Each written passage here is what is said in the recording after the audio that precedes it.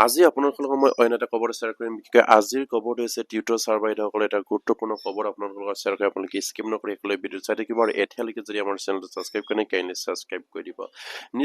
আমাৰ tutor sir বাইদেউসকলে হয়তো বুজি উঠিছে বুলি মই হয়তো অনুমান কৰিছো যিহেতু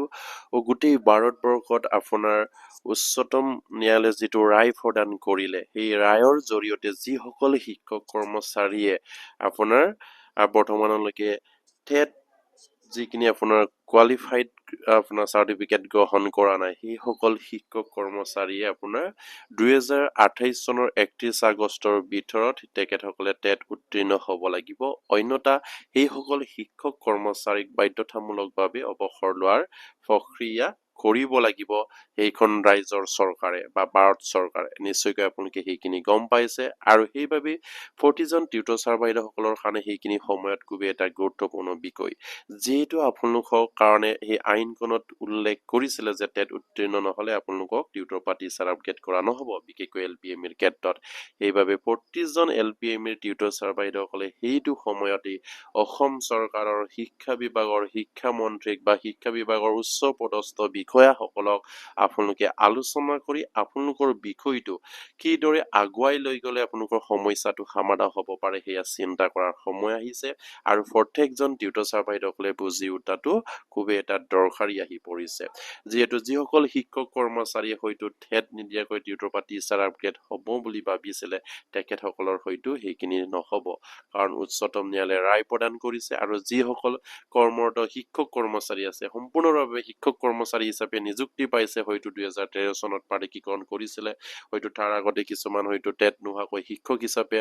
তেখেতসকলে নিযুক্তি লাভ কৰিছিলে সেই সকলেও হয়তো টেট দিব লাগিব যিসকলে হয়তো কম্পনসেচন গ্ৰাউণ্ডত পাইছিলে তেখেতসকলে টেট উত্তীৰ্ণ হ'বগে লাগিব সেইখন উচ্চতম ন্যায়ালয়ে ৰায় প্ৰদান কৰিছে সেইবাবে প্ৰতিজন শিক্ষক কৰ্মচাৰীৰ বাবে নিশ্চয়কৈ প্ৰতিখন ৰাজ্যত বছৰেকত দুবাৰকৈ টেট পাতিবৰ কাৰণে উচ্চতম ন্যায়ালয়ে ৰায় প্ৰদান কৰিছে আৰু নিৰ্দেশ জাৰি কৰিছে আৰু সেইমতে যদি হয় তেনেহলে নিশ্চয়কৈ অসম চৰকাৰেও বছৰেকত দুবাৰকৈ এইসকল শিক্ষক কৰ্মচাৰীক এই কাৰণে টেট পাতিব লাগিব যিসকল অলৰেডি কৰ্মৰত শিক্ষক কৰ্মচাৰী আছে তেখেতসকলৰ কাৰণে বিশেষ টেট পাতিব লাগিব আৰু সেই বিশেষ টেটতে নিশ্চয়কৈ টিউটৰ ছাৰ বাইদেউসকলৰ কাৰণে হয়তো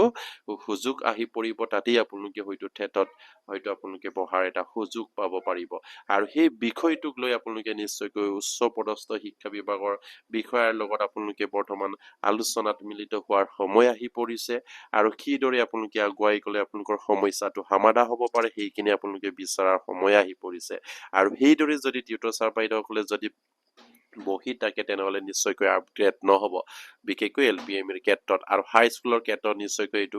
তেখেতসকলৰ হয়তো বেলেগ তেখেতসকলৰ কাৰণে টেট নালাগে তেখেতসকলৰ কাৰণে বিএড লাগিব আৰু হয়তো গ্ৰেজুৱেশ্যনত 50% লাগিব কিন্তু এলপিএমিৰ ক্ষেত্ৰত নিশ্চয়কৈ গুৰুত্বপূৰ্ণভাৱে এটা সমস্যা আহি পৰিছে ডিএলএড থাকিলেও তেখেতসকলে আপোনাৰ টেট হ'ব টেট উত্তীৰ্ণ হ'ব লাগিব আৰু টেট দিয়াটো বাধ্যতামূলক কৰিছে অলৰেডি উচ্চতম ন্যায়ালয়ে গোটেই ভাৰতবৰ্ষতে আৰু প্ৰতিখন ৰাজ্যতে সেইখিনি কাৰ্যকাৰী কৰিছে আৰু সেই প্ৰতিখন ৰাজ্যত নিশ্চয়কৈ আপোনালোকে গম পাইছে কিছুমান ৰাজ্যত অলৰেডি হয়তো বিশেষ টেট পাতিছে হয়তো কিছুমানৰ আপোনাৰ জুলাই মাহত হয়তো সেইখিনি বিশেষ টেট ফৰ্ডাৰ অলৰেডি নটিছো পাব্লিছ হৈছিলে আপোনাৰ মাৰ্চ এপ্ৰিল মাহতে আৰু তেখেতসকলে অলৰেডি ফিল আপো কৰিলে সেইসকল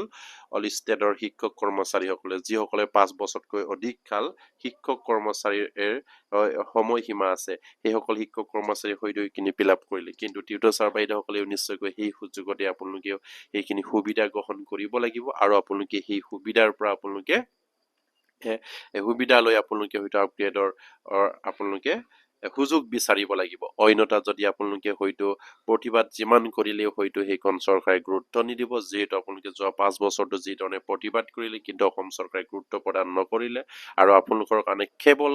এটা 6% বৃদ্ধি কৰিলে যেটো 6% আপোনাৰ প্ৰতি বছৰেকত আপোনাৰ দৰমহাৰ আৰু 6% বৃদ্ধি কৰিব কিন্তু দৰমহাৰ গাঁথনিৰ কোনো তাৰতম্য হাল সলনি কৰা নাই সেই কাৰণে প্ৰতিজন টিউটৰ ছাৰ বাইদেউসকলক মই অনুৰোধ কৰিম প্ৰতিটো টিউটৰ ছাৰ বাইদেউসকলক প্ৰতিষ্ঠানৰ যিসকল কেন্দ্ৰীয় কমিটিৰ বিষয়ববী আছে তেখেতসকলক অনুৰোধ কৰিম আপোনালোকে চেষ্টা কৰক আপোনালোকে আপোনালোকৰ সমস্যাটো সমাধানৰ এটা সুযোগ বিচাৰক বিশেষকৈ LPM টিউটৰ ছাৰ বাইদেউসকলে সজাগ খবৰ হ'ল আপোনালোকে নতুন চৰকাৰ যিটো গঠন হৈছে তেখেতসকলৰ লগত সেইখিনি আলোচনা বিলোচনা কৰি 2026ত আপোনালোকৰ কাৰণে বিশেষ টেট পাতিবৰ কাৰণে অনুৰোধ জনাওক আৰু শিক্ষা বিভাগৰ লগত আপোনালোকে আলোচনা কৰক সেয়েহে প্ৰতিজন শিক্ষক কৰ্মচাৰীলৈ মই অনুৰোধ থাকিল অন্যথা আপোনালোকৰ এই টিউটৰ হিচাপে হয়তো অৱসৰ গ্ৰহণ কৰিব লাগিব আৰু যিসকল জেনেৰেল শিক্ষক আছে বিশেষকৈ সম্পূৰ্ণ শিক্ষক আছে তেখেতসকলে হয়তো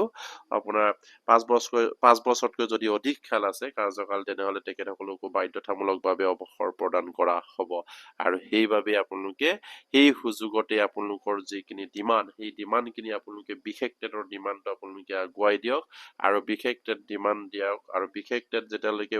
আমাৰ টিউটৰ ছাৰ বাইদেউসকলে উত্তীৰ্ণ হৈ যেতিয়ালৈকে আপগ্ৰেড হ'ব নোৱাৰে তেতিয়ালৈকে আমাৰ আপোনালোকৰ যিখিনি দৰমহা সেই দৰমহা নিৰীক্ষণটো গাঁথনিটো চেঞ্জ কৰিবৰ কাৰণে আপোনালোকে দাবী উত্থাপন কৰক দুঠাই দাবী আপোনালোকে প্ৰদান কৰি কৰক যিটো দাবী আপোনালোকৰ হয়তো সম্পূৰ্ণ ন্যায্য দাবী সকলো পাৰৰ পৰা চাবলৈ গ'লে প্ৰতিজন শিক্ষক কৰ্মচাৰীৰ কাৰণে যদি টেট বাধ্যতামূলক তেনেহলে প্ৰতিজন টিউটৰ ছাৰ বাইদেউসকলৰ কাৰণে আপোনাৰ টেট বাধ্যতামূলক হ'ব সেইবাবে প্ৰতিজন টিউটৰ ছাৰ বাইদেউসকলে